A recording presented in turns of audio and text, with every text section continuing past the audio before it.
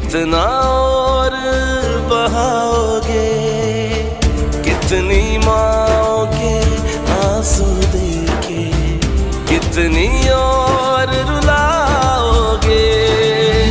हर सू मेरे आग लगी है, कितना और जलाओगे, कितना और जलाओगे।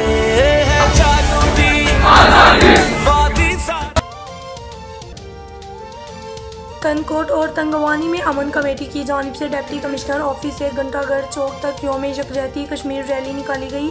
कनकोट रैली में असिस्टेंट कमिश्नर तंगवानी समेत सियासी समाजी शहरियों और अमन कमेटी के मेंबरान और कारकुनान ने शिरकत की। रैली में शरीक शुरा ने हाथों में बैनर्स और पैनाफ्लेक्स उठाकर कश्मीरियों से यकजहती का इजहार किया।